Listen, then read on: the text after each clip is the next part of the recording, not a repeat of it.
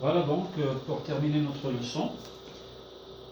Là, nous avons les résultats directement repérables sur les boîtes de pétri. Le résultat final de l'expérience. Boîte de pétri contenant l'ampicilline. Boîte de pétri contenant ampicilline plus chloramphénicol.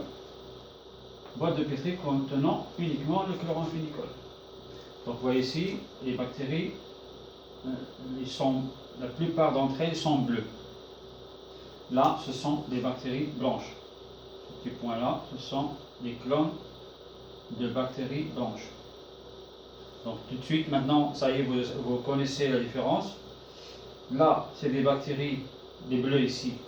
Il y a quand même quelques blanches entre elles, mais elles sont peu nombreuses. D'accord? Les bleues qui sont ici abondantes, ce sont des bactéries ayant bien sûr le plasmide avec son lac Z fonctionnel.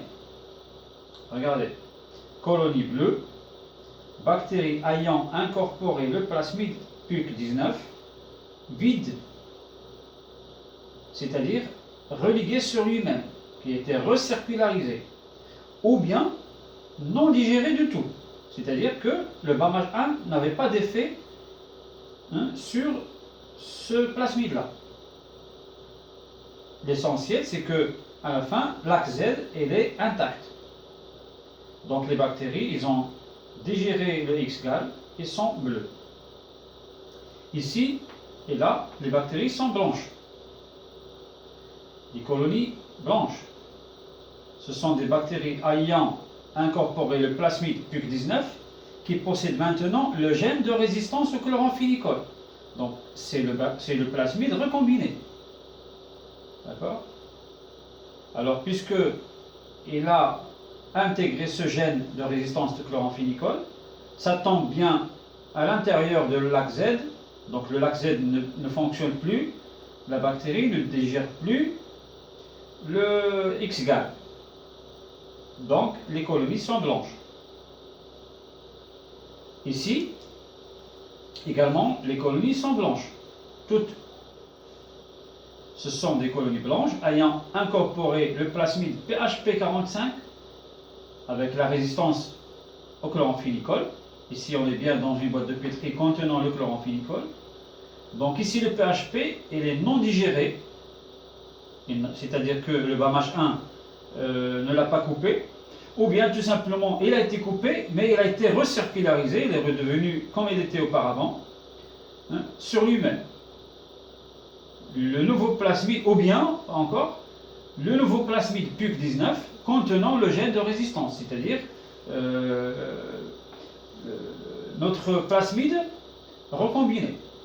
Le PUC19 contenant le gène de résistance au chloramphénicol. D'accord?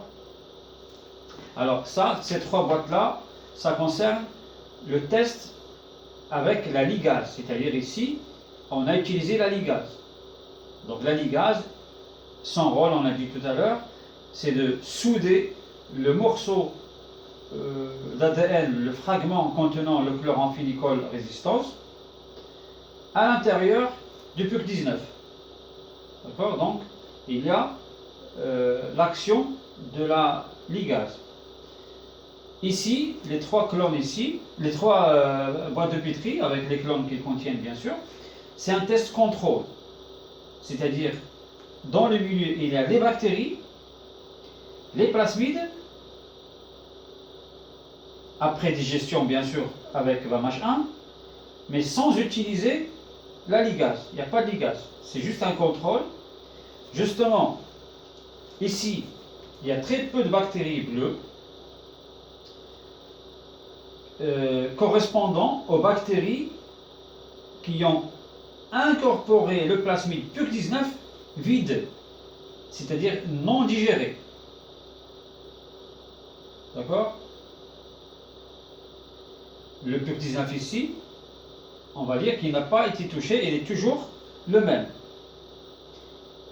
Il possède sa résistance à l'ampicilline, il possède son lac Z, c'est pour cela que les bactéries, ils sont bleus. Ici, pas de colonie du tout. Rien. Pourquoi? Parce qu'en absence de ligase,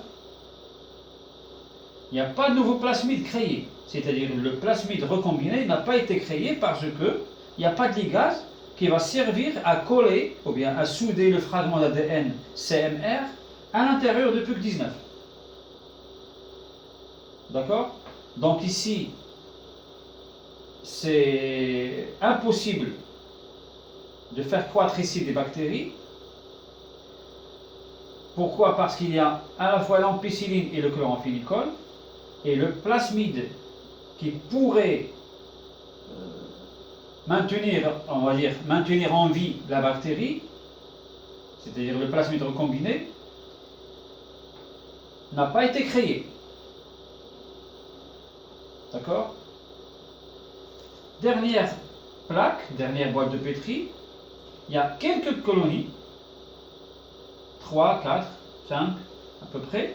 Ce sont des colonies blanches, bien sûr, comme vous le voyez, ayant incorporé le plasmide PHP45-CMR non digéré.